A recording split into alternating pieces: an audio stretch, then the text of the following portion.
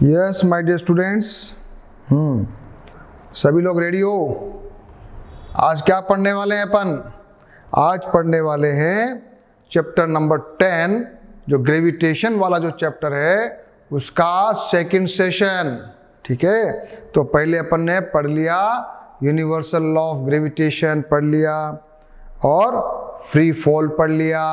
हमने ये पढ़ लिया कि जो ग्रेविटी है नहीं होती है ना, acceleration due to gravity g 9.8 metre per second square, वो सब जगह पूरी जो है धरती पे समान होता है वैसे तो, और उसकी वजह से कोई भी चीज गिरे, यानी कि भारी गिरे चाहे हल्की गिरे, वो धरती पर एक स्पीड पे गिरती है। ये भी अपन ने पढ़ लिया। लेकिन अपन ने ये भी पढ़ा कि इक्वेटर पे g का मान कम होता है और पोल्स पे ज़्यादा होता है। क्यों होता है? क्योंकि पोल्स का रेडियस कम है, इक्वेटर का रेडियस ज़्यादा है। ये भी अपन ने पढ़ लिया। साथ में अपन ने ये भी पढ़ा कि नहीं, अब जो है वो चंद्रमा वाला अब आने वाला है। अब अपन पढ़ने वाले हैं मास और वेट। क्या पढ़ने वाले हैं? मास और वेट। ठीक है, पहली बार आपके सामने एक चीज़ आ रही है, क्योंकि हम तो यही समझते हैं कि किसी व्यक्ति को पूछते हैं तुम्हारा वजन कितना है, तो अपन तो एक ही चीज़ में समझते हैं उसका भार कितना है। अब ये नया चीज़ आई है, वो है मास। क्या है ये मास? और फिर एक बात अपन पढ़ेंगे कि जो मास होता है ना, ये वेट होता है ना, मास तो सब जगह सेम होता है। मास जो होता है वो चाहे धरती पे आप उसको वजन बताओ, चाहे आप चंद्रमा पे बताओ, चाहे आप जुपिटर पे जाके चेक करो, लेकिन मास पूरे यूनिवर्स में कांस्टेंट रहता है। और वेट जो है वो चेंज होता है। वेट इसलिए चेंज होता है क्योंकि g यानी कि acceleration due to gravity g वो चेंज होता रहता है। और अपन ये भी पढ़ेंगे कि चंद्रमा पे जो अपना वजन है वो कितना हो जाता है, 1/6, यानी कि अगर आप 60 किलो के हैं तो चंद्रमा पे आपका वजन हो जाएगा 10 kg। 10 kg के हो जाओगे आप, ऐसे हल्के फुल्के हो जाओगे अगर अमेरिका वहाँ पे चंद्रमा पे चले गए तो। चलो अपन पढ़ते हैं mass. Okay, you are ready? Okay, तो mass is of an object is the measure of inertia. अपन ने पढ़ा था, इसमें पढ़ा था पिछले वाले चैप्टर में। उसमें क्या था? एक इनर्शिया अपन ने पढ़ा था, और इनर्शिया इज जिसका ज़्यादा मास होता है उसका इनर्शिया ज़्यादा होता है। ये भी अपन ने पढ़ा था। अपन इसका अर्थ लगाया था कि कोई भारी पत्थर है उसको अपन को धक्का देने में बहुत ताकत लगती है, लेकिन हल्की कोई चीज़ है तो फटाक से धक्का दे देते हैं। इसको अपन ने इनर्शिया समझा था, जिसको अपन हिंदी में जड़त्व कहते थे। अब ये मास आया है। अब ये बताओ, मास और वेट में जरा अपन इंग्लिश में तो समझ में आ रहा है, हिंदी में नाम क्या है इनका अलग अलग? तो मास का नाम है, क्या नाम है? द्रव्यमान। ये मास को हिंदी में कहते हैं और वेट को हिंदी में कहते हैं भार। चलो ठीक है। अब क्या है, जो मास है ना, the greater the mass greater is the inertia, वो तो ठीक है।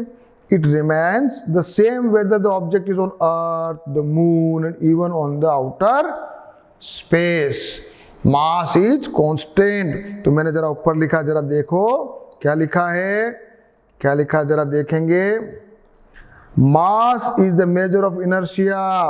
ओके, फिर अपन ने लिखा मास इज कांस्टेंट, कहीं भी बदलता नहीं है। फिर mass is a scalar quantity.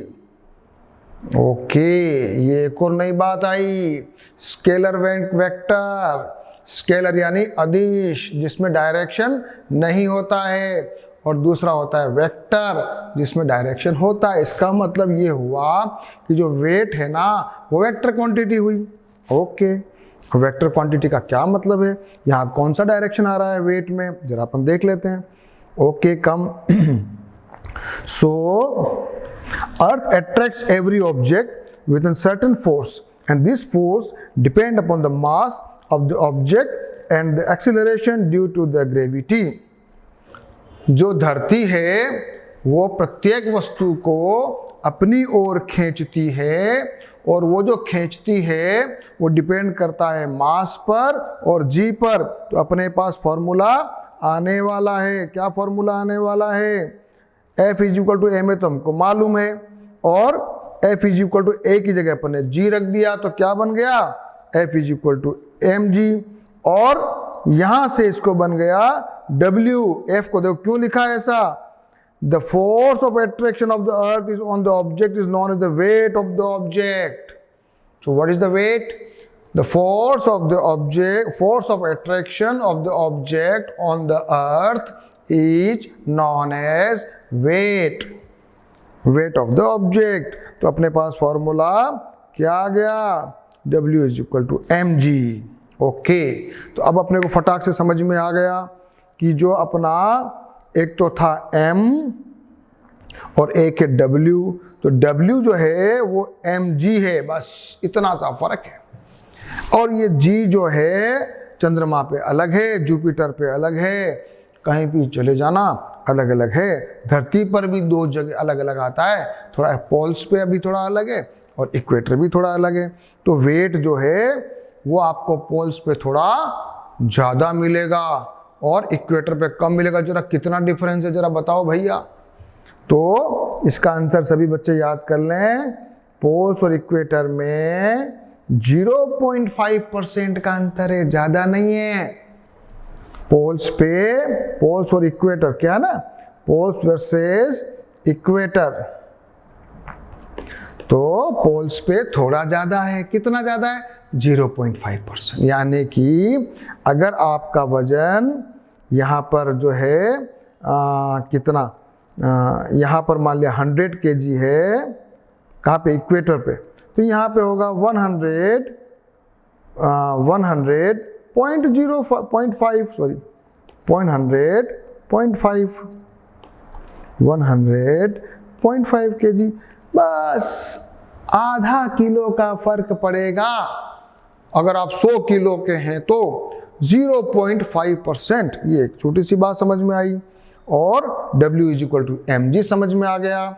और W जो है वो वेक्टर क्वांटिटी है, और it is not constant, it depends upon the gravitational acceleration due to gravity, so it is changing wherever we are changing the value of g। Okay, यहां तक समझ में आ गया? चलो अब आ जाओ, इसकी यूनिट क्या है भैया? अब आ जाओ, द फोर्स की जो यूनिट है ना वही इसकी यूनिट है। So weight of the force acting vertically downwards, it has both magnitude and direction.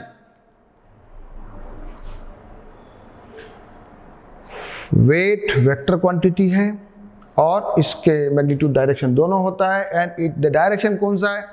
जो अपना ग्रेविटेशन फोर्स का डायरेक्शन है वो है, वो तो नीचे होता है वर्टिकली डाउनवर्ड्स। सो अपन लिख देंगे the weight of the force acting vertically downwards, so it has both, क्योंकि जब भी कोई वजन होता है तो नीचे की तरफ वजन, तो ये साइड में थोड़ी हो रहा है, नीचे की तरफ वजन, वर्टिकली डाउनवर्ड्स। और हमको एक चीज़ और समझ में आ गई कि इसका जो यूनिट है, जब m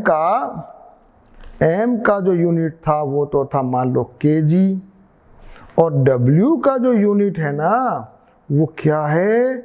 न्यूटन है। वेट अपन तो, लेकिन अपन तो हमेशा वेट, भाई साहब आपका वेट कितना है? सर मेरा वेट 60 kg। ओहो, तो 60 kg सर 60 न्यूटन बोलो ना आप तो 60 न्यूटन बोलो, लेकिन हम बोलते नहीं है, हम तो kg बोलते हैं, हम तो न्यूटन नहीं बोलते। तो क्यों नहीं बोलते? इसका भी जवाब दे देते हैं। इसका जवाब ये है कि W is direct proportional to m। जैसे भाई G तो कांस्टेंट हो गया, अब m बढ़ाओ W बढ़ेगा। G तो कांस्टेंट हो गया ना, आप ये मानो ही मत, इक्वेटर और पोल्स की बात मत मानो, आप तो मानो कि m कांस्टेंट है, m कांस्टेंट है, W कांस्टेंट हुआ। क्यों? क्योंकि G कांस्टेंट है। इसलिए it is due to the reason that at the given place we can use weight as an object as a measure of mass. जहाँ जहाँ मास की बात होती है वहाँ अपन वेट कर सकते हैं, क्योंकि जी कांस्टेंट है, बात तो वो की वही है। तो इतनी सी बात समझ लेनी है। तो क्या क्या एग्जाम में क्या क्वेश्चन आएगा? क्या क्वेश्चन आएगा एग्जाम में? गिव द डिफरेंस, ये ऐसा क्वेश्चन आएगा, इसमें नहीं लिखा है, यस ये क्वेश्चन आएगा एग्जाम में, ध्यान रखो। हाँ क्या आएगा, what are the difference between the mass of an object and the weight, ये क्वेश्चन एग्जाम में आएगा, what is the difference between the mass of an object and the weight. फटाफट बोलो, mass is constant, then weight is varying, depends upon the gravitational acceleration due to gravity. Now number 2, mass is scalar quantity, weight is vector quantity. Now mass is having the unit kg, weight is having the unit Newton, ठीक है। और क्या हो गया, बस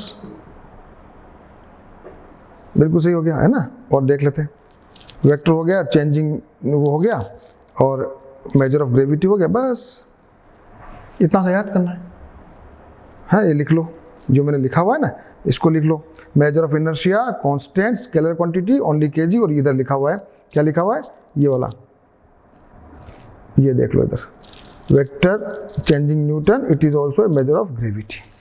तो अभी exam में आ जाए तो ऐसे आप लिख देना, ठीक है, ये एग्जाम में आ सकता है क्वेश्चन। अब आता है, क्या आता है, अब आता है weight of an object on the moon. हाँ साहब, अब फटाफट आ जाते हैं कि जो है ना,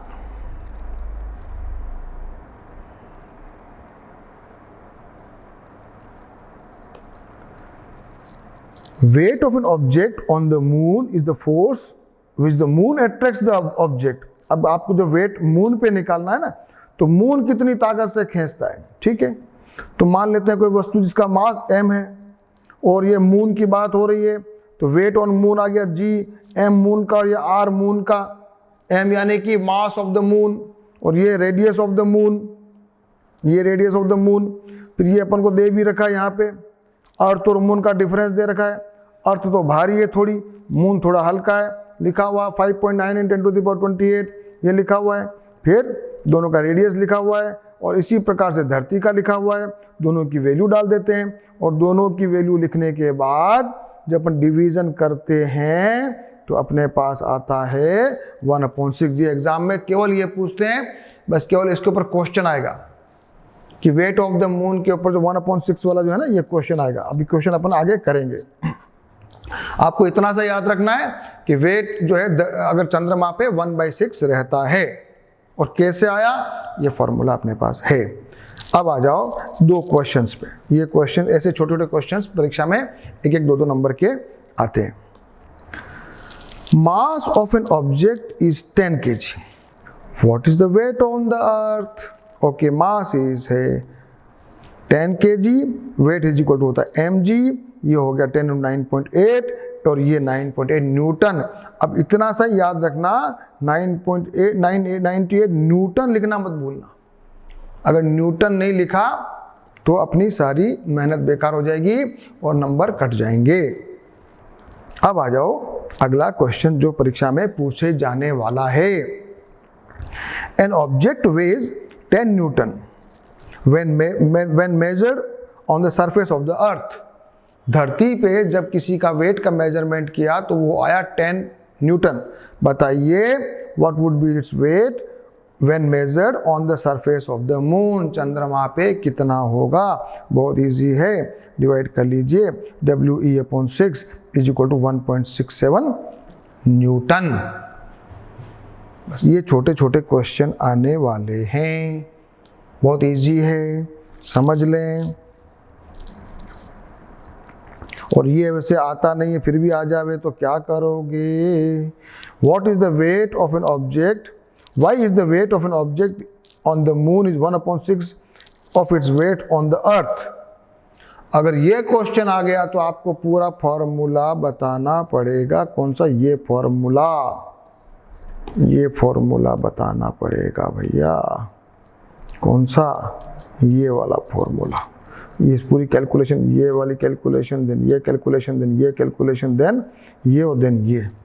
तो वैसे ये आता नहीं है, क्योंकि अगर आएगा तो अपने को उनको ये देना पड़ेगा, mass of the earth, radius of the earth दे सकते। बाय द वे 2-3 नंबर का क्वेश्चन आए तो आ सकता है, केवल इसमें अपने को कैलकुलेशन का खेल है। बस कैलकुलेशन जो है वो आप जरा ध्यान रखना, बाकी और बड़ी बात नहीं। ओके, अब आ जाओ नया पॉइंट जो बड़ा इंपॉर्टेंट है। और अब अपन पढ़ने वाले हैं, देखो, thrust and the pressure. Thrust and the pressure, हाँ, ये एक नई चीज आई है, thrust and the pressure. Thrust क्या होता है, प्रेशर क्या होता है, नई चीज समझ में आती है। बात बताते हैं कि भाई अगर कील जो है दबानी है इसमें, तो कील दबानी है तो कील तो घुस जाती है, लेकिन मान लिया कोई मोटी चीज घुसानी है तो नहीं घुसती है, तीखी चीज घुस जाती है। अच्छा, और चाकू जो होता है अगर तीखा हो तो कोई भी चीज को काट लेगा, और चाकू अगर भोटा हो, अच्छा नहीं हो, घिस गया हो तो काट नहीं पाता है। तो ये क्या चीज है, अपन रेत पे खड़े हुए, और रेत पे खड़े हुए तो अपन अगर पैर सीधे खड़े हो गए तो अपने पैर रेत में घुस जाते हैं, लेकिन अगर अपन रेत पे सो जाएं तो क्या अपन रेत में घुसते हैं, नहीं घुसते। तो अपनी जब बॉडी सरफेस बढ़ जाता है तो अपने को नहीं ऐसा लगता है। फिर दूसरा एग्जांपल ये आता है कि जो ये ऊंट है ना, कैमल, वो तो रेगिस्तान का जहाज है, रेगिस्तान पे बड़ा अच्छा चलता है, हम तो नहीं चल पाते, हम तो नहीं दौड़ पाते, लेकिन ऊंट तो बड़ा आसानी से चलता है। तो ऊंट क्यों चलता है, क्योंकि ऊंट का जो पैर है वो गद्दीदार है, तो उसमें रेत में धंसता नहीं है। तो क्यों नहीं धंसता है? तो ये सारे क्वेश्चन का आंसर अपन देने वाले हैं, और इसमें आंसर है thrust and pressure. So what is thrust and what is pressure? Yes, come. The net force in a particular direction is thrust, and net force per unit area is pressure acting on the object. कोई net force, जितनी ताकत लग रही है अपनी body की, wait लग रहा है जमीन में, वो है थ्रस्ट, और अगर उसको एरिया से डिवाइड कर दिया जाए तो वो बन जाएगा प्रेशर। चलो आ जाओ आगे, हैं, बहुत ज़्यादा टेक्निकल उलझना नहीं है, धीरे धीरे फटाफट समझ लेना इसको जल्दी। The force acting on an object perpendicular to the surface is called thrust। वो तो वेट ही है बेसिकली वो फोर्स है, फोर्स वेट है। तो सिंपल सी बात है, force acting on an object perpendicular to the surface is called thrust. वैसे ये फोर्स, इतना सा अगर वो पूछे तो याद, वैसे पूछेगा नहीं, केवल याद करने के लिए, है ना। अब the thrust is the thrust on unit area is called pressure. अगर अपन थ्रस्ट के नीचे एरिया का भाग लगा दें तो ये बन जाएगा प्रेशर। बस इतना सा याद कर लिया। तो प्रेशर इज इक्वल टू क्या हो गया, थ्रस्ट अपॉन एरिया। थ्रस्ट क्या है, फोर्स है, फोर्स क्या है, वेट है। बात इतनी सी है। और अब आता है जो प्रेशर का यूनिट है वो क्या हो गया, वो है थ्रस्ट को तो न्यूटन है ना, न्यूटन है, और इसके ऊपर ये मीटर स्क्वायर है, तो ये क्या हो गया, न्यूटन मीटर स्क्वायर, जिसको अपन ने क्या नाम दिया है, पास्कल। क्या नाम दिया है, पास्कल, ये मत भूलना। तो प्रेशर का यूनिट आ गया पास्कल। बस ये एक नई चीज सीखने को मिली। सबसे पहले तो प्रेशर जो होता है वो एरिया का डिवाइड कर दो, फोर्स में तो प्रेशर बन जाता है। दूसरा, प्रेशर का यूनिट जो है वो पास्कल है। पास्कल को वैज्ञानिक का नाम है। जैसे अपन ने फोर्स का यूनिट न्यूटन रखा था, है, वैसे ही अपन ने प्रेशर का यूनिट रखा है पास्कल। पास्कल कोई वैज्ञानिक का नाम है जिसकी वैल्यू होती है न्यूटन पर मीटर स्क्वायर। एक एग्जांपल जरा कर लेते हैं। क्या ये एक ब्लॉक है, एग्जाम्पल में क्या है, एक डब्बा रखा हुआ, एक डब्बा तो पहले खड़ा है, अगर उसको अपन आड़ा कर देते हैं तो प्रेशर में क्या डिफरेंस आएगा, इसको न्यूमेरिकल एग्जाम्पल के द्वारा समझाया गया है। परीक्षा में भी आ सकता है, लेकिन अपने को समझने के लिए भी इजी है। तो block of would is kept on the table top, the mass of the wood block is 5 kg, 5 kilo का है। डायमेंशन है 40, 20, 10। जब डायमेंशन लिखते हैं ना 40 इंटू 20 इंटू 10, ये लंबाई इंटू चौड़ाई इंटू ऊंचाई, ये फॉर्मूला लिखने का तरीका है। क्या होता है, जब भी होता है length into breadth into height, कभी भी ऐसे लिखते हैं ना, इसको समझ लो। अगर मान लिया केवल लंबाई इंटू चौड़ाई हो तो क्या लिखते हैं, मान लिया 40 इंटू 20, लेकिन लंबाई इंटू चौड़ाई इंटू ऊंचाई अगर इस तर्ज पे लिखना हो तो तरीका ये है, L into B into H, यानी कि पहली वाली लंबाई है फिर ये चौड़ाई है, फिर ये ऊंचाई है। क्वेश्चन है find the pressure exerted on the wooden block of the table top वगैरह। अगर ये ऐसे पड़ा है 20/10 पड़ा है तो क्या होगा, और 40/20 पड़ा है तो क्या होगा। सबसे पहले तो हमको 5 किलो का वजन दिया हुआ है तो हम उसका निकाल लेंगे फोर्स, 5 mg फोर्स हो गया 49। फिर एरिया जो अगर ये पहले वाला केस है 20/10 वाला, 20/10 वाला, तो इसको जरा निकाल लेंगे। 20/10 कितना हो गया 200 सेंटीमीटर स्क्वायर। 200 सेंटीमीटर स्क्वायर को मीटर स्क्वायर में कन्वर्ट करो, ये थोड़ा ध्यान रखना आप। तो 200 डिवाइड बाई क्या हो जाएगा 100 × 100। 2 बार क्यों लिखा, यही तो चीज सीखने की है। मैंने 2 बार क्यों लिखा, सेंटीमीटर स्क्वायर को यदि मैंने मीटर स्क्वायर में कन्वर्ट किया 2000 क्या था सेंटीमीटर स्क्वायर। अब मुझे इसको बनाना है मीटर स्क्वायर, और मुझे पता है कि 1 मीटर में 100 सेंटीमीटर होते हैं। सेंटीमीटर छोटा है, मीटर बड़ा है, अपन को मीटर में कन्वर्ट करते हैं तो डिवाइड करेंगे। तो 200 डिवाइड बाई 100 × 100 2 बार। क्यों, क्योंकि यहाँ पे क्या है स्क्वायर है, स्क्वायर है, ये ध्यान रखना। तो ये हो जाएगा 0 से 0 कट गए, ये हो गया 0.02 मीटर स्क्वायर। ये जरा आप भूलना मत, छोटी छोटी बातें हैं जो अपने को याद रखनी है। तो अभी आपके सामने क्या आ गया, ये आ गया। तो अपन को क्या आ गया इसकी, ये आपके पास आ गई एरिया। अब अपन को निकालना प्रेशर। तो प्रेशर के लिए फॉर्मूला क्या है अपने पास, ये वाला फॉर्मूला। इससे अपन ने प्रेशर निकाल लिया, इससे अपन ने ये प्रेशर निकाल लिया। तो ये अपने पास प्रेशर आ गया 2450 न्यूटन पर मीटर स्क्वायर। तो पर मीटर स्क्वायर तो अगर ऐसा लिखना हो ना तो साफ लिखना, आप तो ऐसे लिखना न्यूटन पर मीटर स्क्वायर। अगर ऐसे नहीं लिखो तो ऐसे भी लिख सकते हैं न्यूटन मीटर -2, पर अपने को ये वाली हैबिट ज़्यादा अच्छी है।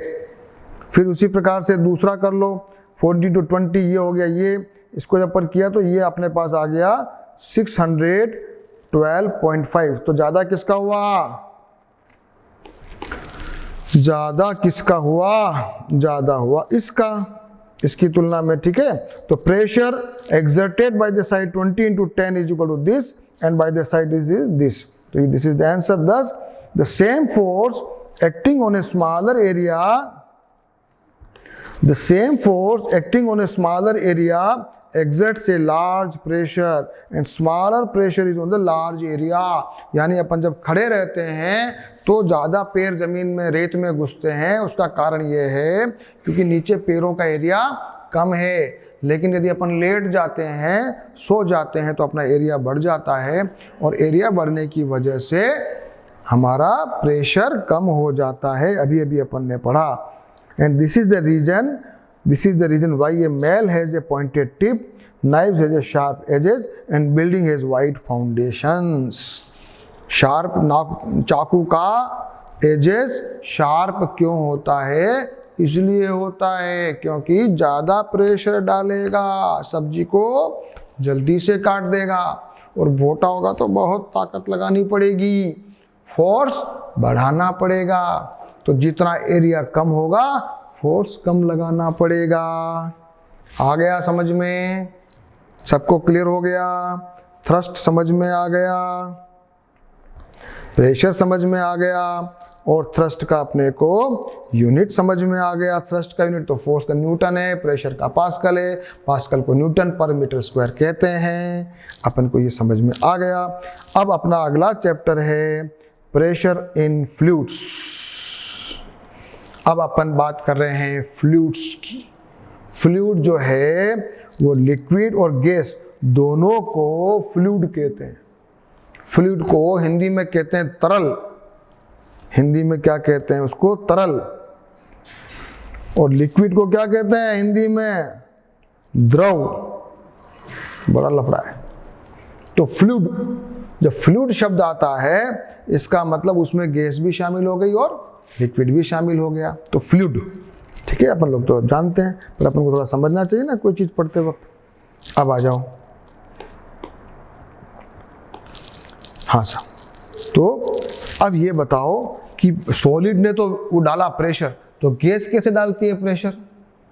क्या पानी भी प्रेशर डालता है? हाँ डालता है। कहाँ डालता है? क्या पानी के नीचे वेट पड़ता है क्या? नहीं, चारों तरफ डालता है पानी वेट। गैस भी सब तरफ, गुब्बारा फुलाओ ना, सब तरफ से गुब्बारा फूलता है। क्यों? क्योंकि गैस के जो कण हैं वो हर सरफेस के ऊपर प्रेशर मारते हैं। तो अपन ने क्या पढ़ा? अभी अभी पढ़ा, देखो यहाँ पढ़ लो, इसको जरा लिखा हुआ है, जरा नोट कर लो कि fluids have weight and they also exert pressure on the base and the walls of the container in which they are enclosed. So pressure exerted in any confined mass of the fluid is transmitted undiminished in all directions. ठीक है, exam में नहीं पूछते हैं लेकिन समझने के लिए। अब अपन पढ़ने वाले हैं बहुत बढ़िया टॉपिक जिसका नाम है बॉयंसी। हिंदी में कहते हैं उत्प्लावकता, यानी कि आप पानी में जब तैरते हो तो हल्के हो जाते हो हैं। अगर कोई कभी, एक छोटी सी बात बता रहा हूँ, पानी में जो कोई डूब जाता है तो अपन को सोचते हैं कि इतने भारी आदमी को क्या अपन खींच सकते हैं क्या? पानी में खींच लेते हैं। अगर जिसको अच्छा तैरना आवे और किसी दूसरे को तैरना नहीं आवे तो उसको पकड़ के खींच के निकाल सकता है। क्यों? क्योंकि पानी में कोई भी चीज़ हल्की हो जाती है। कभी देखा या अनुभव किया? जो गांव में बच्चे रहते हैं या जिन्होंने कभी गांव का अनुभव किया हो तो कुएं में से पानी खींचते हैं अपन।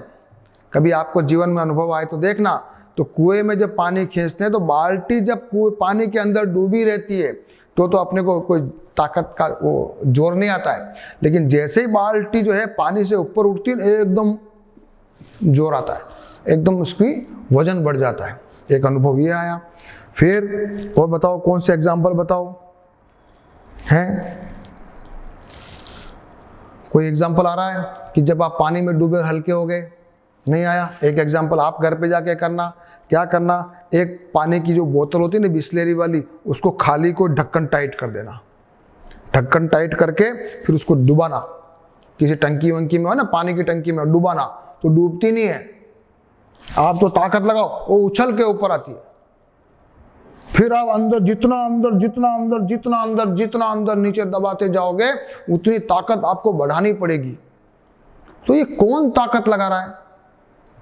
कौन ताकत लगा रहा है? और ये क्या है ये चीज? इसे क्या कहते हैं? तो इसको कहते हैं बॉयंसी। तो इसका नाम क्या हुआ? बॉयंसी। क्या है ये? तो अब जरा पढ़ लो इसको। अभी अपन ने समझ लिया। समझने के बाद एग्जाम के अंदर कैसे लिखना है वो भी अपने को समझना है। तो क्या लिखोगे? The upward force exerted by the water on the bottle is known as upthrust or buoyant force. All objects experience a force of buoyancy when they are immersed in a fluid. Immersed यानी पानी में डुबाना। तो हर चीज को जब भी किसी fluid में डुबाया जाएगा तो वह एक buoyancy, उत्प्लावक फोर्स, अपथ्रस्ट फोर्स का अनुभव करेगा। The magnitude of this buoyant force depend on the density of fluid. जितना ज़्यादा डेंसिटी फ्लूइड का होगा उसका वो डिपेंड करेगा उसके ऊपर। ठीक है, वो डेंसिटी वाला भी अपन पढ़ेंगे। अब आता है, हम जो है ये बताइए, यहाँ तक तो अपन ने पढ़ लिया buoyancy। अब ये बताओ, क्वेश्चन ये आता है कि why objects float or sink when placed on the surface of water। अब बताइए कौन सी चीज तो डूबेगी और कौन सी चीज नहीं डूबेगी, ये कैसे पता चलेगा? आप सुई जो है, सुई को या कील को पानी में डालो तो पानी में डूब जाती है।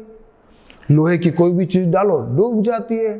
तो जो बड़ा बड़ा जहाज है, इतना भारी जहाज है, वो भी लोहे का बना हुआ है, वो तो नहीं डूबता। ऐसा क्या चमत्कार हो गया भाई? इतना बड़ा जहाज नहीं डूब रहा है और कील डूब जाती है। अरे भाई लोहा है तो डूबना चाहिए ना, तो क्यों नहीं डूबता है? फिर वैज्ञानिकों के दिमाग में क्वेश्चन आ गया कि ये कैसे हो गया। तो उन्होंने फिर इसके ऊपर रिसर्च की, और रिसर्च करके क्या देखा, उन्होंने एक्सपेरिमेंट किया।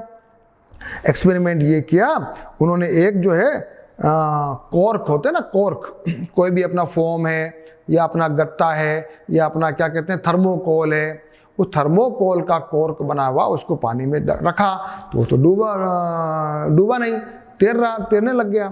फिर उन्होंने कोई लोहे की चीज़ लाए, वो तो डूब गई। तो फिर वैज्ञानिकों ने फिर दिमाग लगाया कि इसका पता लगाओ। तो क्या आंसर निकला? आंसर निकला ये, क्या निकला? The density of a substance is defined as the mass per unit volume, the density of the cork is less than the density of water. तो क्या आया? The density of an iron nail is more than the density of water, this means that the uplift of water and on the iron nail is less than the weight of the nail, so it sinks. Therefore, object of the density less than the density liquid float on the liquid, and the object with the density greater than that of liquid sinks in the liquid. जल्दी मैं बोला हूँ, समझ में आया कि नहीं आया? सीधी भाषा में वापस समझाता हूँ। जिसकी डेंसिटी ज़्यादा हो वो डूब जाएगा। पानी की बात कर रहे हैं, तो जिसकी डेंसिटी पानी से ज़्यादा हो वो पानी में डूब जाएगा, और जिसकी डेंसिटी पानी से कम हो वो तैरता रहेगा। तो डेंसिटी क्या होती है? अब अगला प्रश्न आता है, डेंसिटी क्या होती है? तो डेंसिटी होती है D is equal to m/v। D मतलब density, m is equal to mass, ये क्या है? मास, और नीचे क्या है? वॉल्यूम। तो ये हो गया kg/m³, ये तो इसका यूनिट बन गया। और डेंसिटी होता है मास अपॉन वॉल्यूम। वॉल्यूम यानी कि आयतन। वॉल्यूम आप समझते हो कि नहीं समझते हो? ये बोतल है, इस बोतल का जितना बड़ा एरिया है ना, अगर इसको मैं डुबाऊं पानी में, जितना पानी ये हटाती है वो इसका वॉल्यूम हुआ। ठीक है। अभी मान लिया कोई मोटा आदमी किसी टब में बैठेगा तो बहुत सारा पानी बाहर निकाल देगा, और पतला दुबला होगा तो कम पानी बाहर निकालेगा। क्यों? क्यों? मोटे आदमी का वॉल्यूम ज़्यादा है, आयतन ज़्यादा है, पतले आदमी का वॉल्यूम कम है। तो डेंसिटी क्या होता है? Mass upon volume. मास तो फिक्स है, लेकिन वॉल्यूम अगर ज़्यादा है तो डेंसिटी कम हो जाती है। अगर वॉल्यूम बढ़ाते जाओ, क्योंकि वॉल्यूम तो नीचे आ रहा है ना, मास अपॉन वॉल्यूम है, नीचे वी है, तो जिसका ज़्यादा वॉल्यूम उसका डेंसिटी कम। अब डेंसिटी क्या होती है देसी भाषा में समझे तो? वैसे डेंसिटी को हम हिंदी में कहते हैं घनत्व। क्या कहते हैं? घनत्व।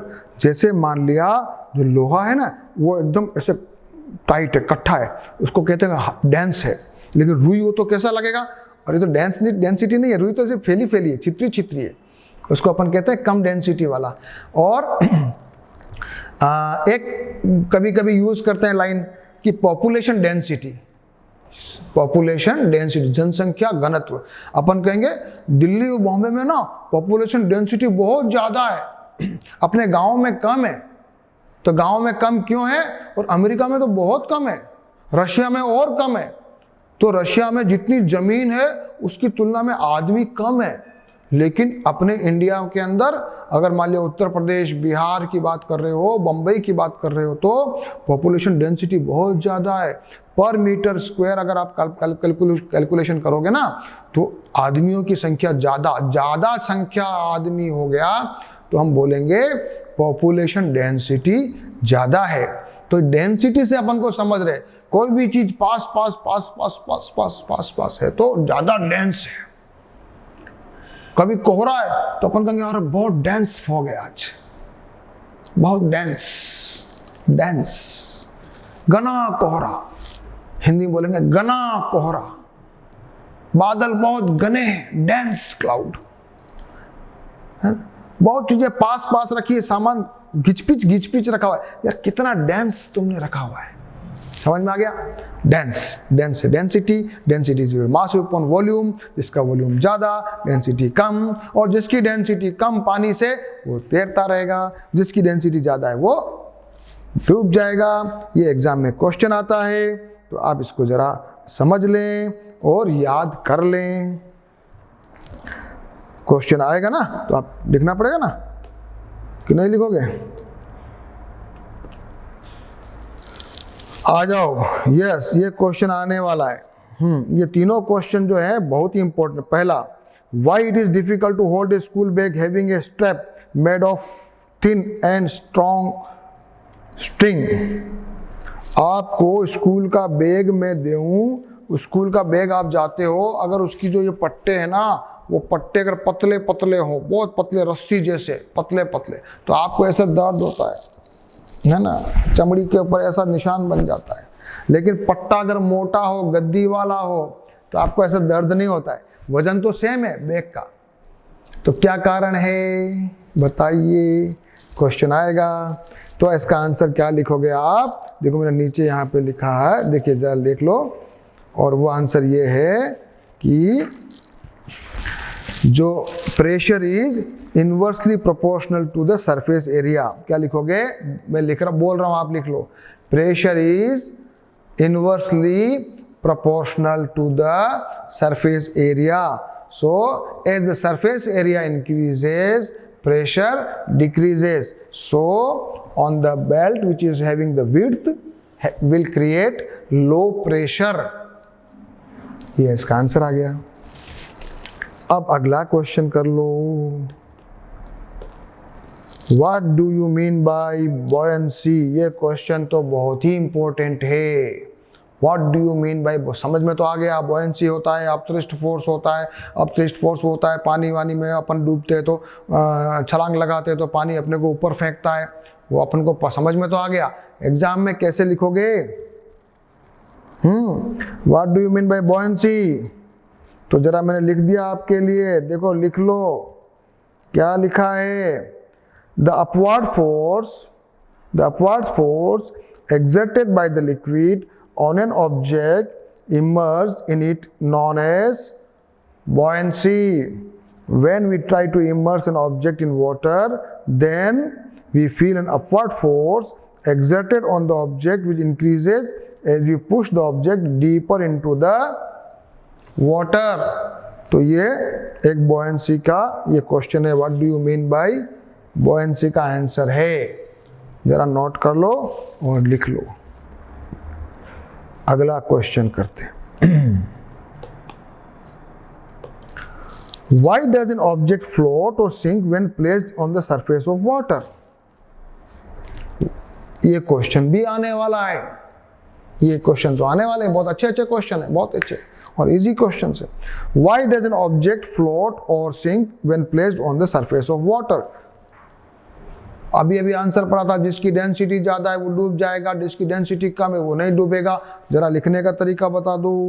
तो अपने लास्ट में यहाँ पे ये इसमें वाले में यहाँ लिखा है, देखो जो लर्निंग पॉइंट है ना, मैं जब वहाँ लाया हूँ आपको, वो क्या है, क्या लिखोगे answer? Objects having density less than that of liquid in which they are immersed float on the surface of the liquid. If the density of the object is more than the density of the liquid in which it is immersed, then it sinks in the liquid. ये इसका answer है। समझने में तो समझ के, रटने की आदत छोड़ो, रटना नहीं है लेकिन समझना भी है, और लेकिन एग्जाम में प्रॉपर लिखना भी है, तो आपके नंबर अच्छे आएंगे। ठीक है, चलो आगे चलो, आ जाओ आगे। अब आ जाते हैं सबसे मस्त वाली चीज, और उसका नाम है आर्किमिडीज प्रिंसिपल। आर्किमिडीज, ये एक आर्किमिडीज नाम का वैज्ञानिक है, ग्रीक वैज्ञानिक है। कहाँ का है? ग्रीस, जिसको हिंदी में क्या कहते हैं? ग्रीस को यूनान। कहाँ का? यूनान कौन? जहाँ सिकंदर वाला, वही सिकंदर जो आया था ग्रीस से, यूनान से, जहाँ का एरिस्टोटल और वो प्लेटो, पता नहीं बड़े बड़े वैज्ञानिक थे बहुत। उनका भी जो सभ्यता थी, उनकी जो सिविलाइजेशन थी ना, वो भी अपने भारत के टक्कर की थी। वहाँ का ये वैज्ञानिक था आर्किमिडीज। और इस आर्किमिडीज ने अपने को ये बताया कि कोई वस्तु जो है उसका, वो भी उसने बताया कि वो कोई तैरती क्यों है। इसके ऊपर उन्होंने वापस एक और रिसर्च किया। और रिसर्च क्या किया? सबसे पहले तो उन्होंने एक एक्सपेरिमेंट किया। ये वाला एक्सपेरिमेंट में क्या था, एक पत्थर को बांध दिया डोरी से, और उस पत्थर को नाप लिया कि डोरी कितनी है ना, वो रबड़ की डोरी थी। फिर उसको पानी में डुबाया, तो जैसे पानी में डुबाया तो वो जो पत्थर हल्का हो गया, तो डोरी थोड़ी जो खिंचाव था वो कम हो गया। तो फिर दिमाग लगा रही है, ये तो जोरदार है मामला है, ये खिंचाव कम हो गया। फिर उसको डुबाता गया, तो पानी में एक बार डूब गया, पूरा जब तक डूबा रहेगा तब तक तो लंबाई कम नहीं होती, लेकिन बाहर निकालो तो लंबाई बढ़ जाती है। पानी में भले कितना ही रखो, कितना ही नीचे घुसाओ, तो वो पानी में कितना जाएगा वो फर्क नहीं पड़ेगा, लेकिन ये बाहर निकालो तो फर्क पड़ता है। तो क्या हुआ, you will find the elongation of the string decreases in the stone gradually lower in the water. No further change is observed once the stone gets fully immersed in the water. एक बार पानी में पूरा वो डूब गया और उसके बाद उसकी लंबाई में फर्क नहीं पड़ता है, एक बार डूब गया। तो आर्किमिडीज का प्रिंसिपल आ जाओ, फिर अपन अगला पढ़ेंगे फटाफट। आर्किमिडीज क्या है, व्हेन ए बॉडी, ये लिखना ये एग्जाम के लिए बहुत इंपॉर्टेंट है, ये याद करना है। When a body immersed fully और partially in a fluid experience an upward force which is equal to the weight of the fluid displaced by it. समझ में आया क्या कुछ?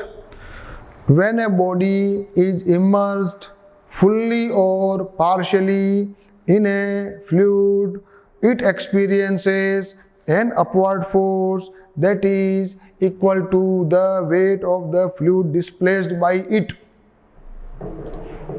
नहीं समझ में आया? नहीं समझ में आया तो जरा हिंदी में समझते हैं।